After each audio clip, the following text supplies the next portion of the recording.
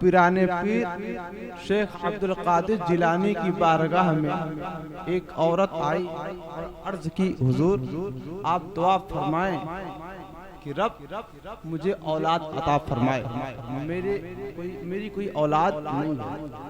आपने मुराकबा किया, लोहे महफूज पे देखा कि इसके नामे अमाल में कोई औलाद नहीं है। चुनांचे आपने दुआ की, ऐ रब्बे कायनात इस लड़की को 2 औलाद अता फरमा दे। इतना कहना था कि रब की तरफ से हुक्म हुआ कि ऐ बंदा, अरे इस औरत के नामे अमाल में तो तकदीर में एक भी औलाद नहीं है, तो 2 मांगता है।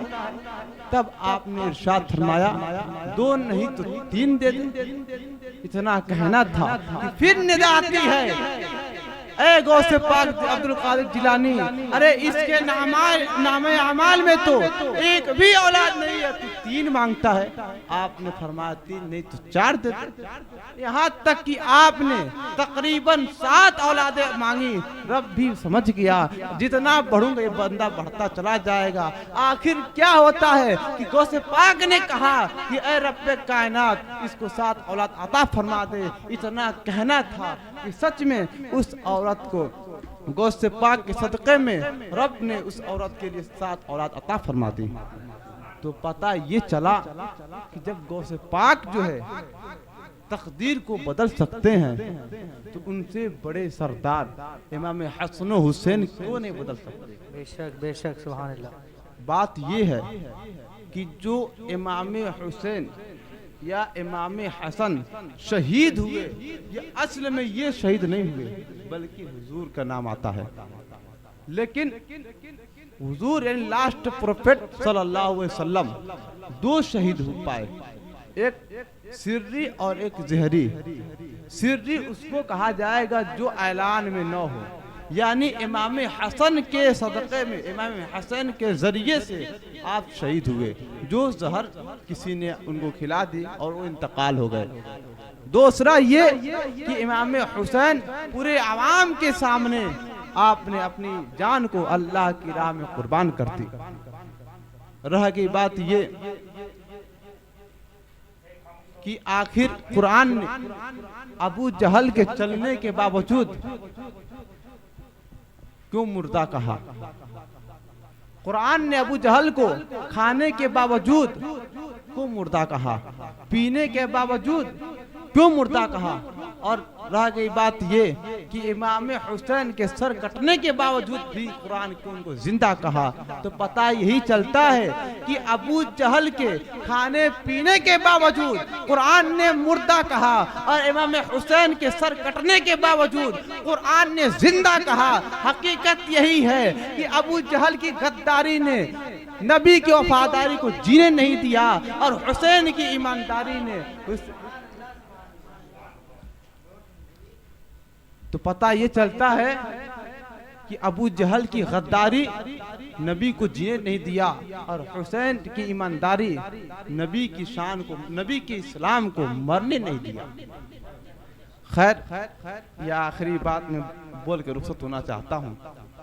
जो लोग अल्लाह की राह में अगर अपनी जान को कुर्बान कर दें, तो हकीकत यही है कि वो जिंदा है, मुर्दा नहीं है। क्योंकि हिरकल एक बादशाह था। उस दौर में 3 शख्स थे, वो तीनों के तीनों भाई थे। हिरकल बादशाह ने उन तीनों को पकड़ा और कहा कि तुम इस्लाम से फिर जाओ, हम तुम्हें इनाम इकराम देंगे और तुम वो चीज दूंगा, यानी बादशाहत की हुकूमत, यानी बादशाह भी तुमको बना दूंगा। तीनों ने कहा आप चाहे मेरी जान को ले लें, मैं अपने ईमान को फेरूंगा नहीं। चुनांचे उसने कहा, यानी हिरकल बादशाह ने कहा एक बार और मौका देता हूं। तो वो सब कहे आप एक बार चाहे कितना बार भी मौका दीजिए, हम अपने ईमान से फिरने वाले नहीं हैं। आखिरकार एक को हुक्म दिया, यानी हिरकल बादशाह ने हुक्म दिया कि जो है खौलते हुए तेल में डाल दिया जाए, चुनांचे एक शख्स को जब खौलते हुए तेल में डाल दिया गया तो दूसरा भाई भी कहता है जल्दी मुझे भी इसमें डालो, मुझे भी अल्लाह की राह पर कुर्बान होना बहुत जरूरी है। चुनांचे दूसरे भाई को भी उसमें डाल दिया गया। अब तीसरा एक बच रह गया। उस तरसी जवानी देखकर 18 वर्ष की उम्र थी, उसकी चढ़ती जवानी देखकर एक वजीर को तरस आ गया और बादशाह से कहा हुजूर आप हमें चंद मिनट का मौका दें कि मैं जो है इसको इस ईमान से वाबस्ता कर दूंगा। चुनांचे बादशाह ने कहा कि जानते हो ये अपने ईमान से वाबस्ता होने वाले नहीं हैं।